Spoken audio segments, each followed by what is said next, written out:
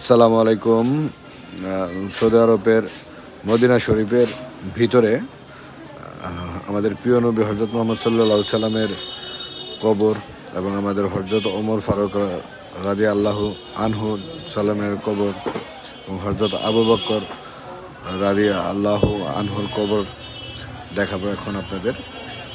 আমরা যাচ্ছি কবরের দিকে। বাম পাশে যে তিনটা দেখা যাচ্ছে কবর, প্রথম কবরটা আমাদের প্রিয় নবী হজরত মোহাম্মদ সাল্লাল্লাহু আলাইহি সাল্লামের কবর এবং তার পরবর্তী যে বাম পাশে কবরটা সেটা আমাদের হজরত আবু বকর রাদিয়াল্লাহু আনহু সাল্লামের কবর এবং তৃতীয় কবরটা হলো হজরত ওমর ফারুক রাদিয়াল্লাহু আনহুর কবর।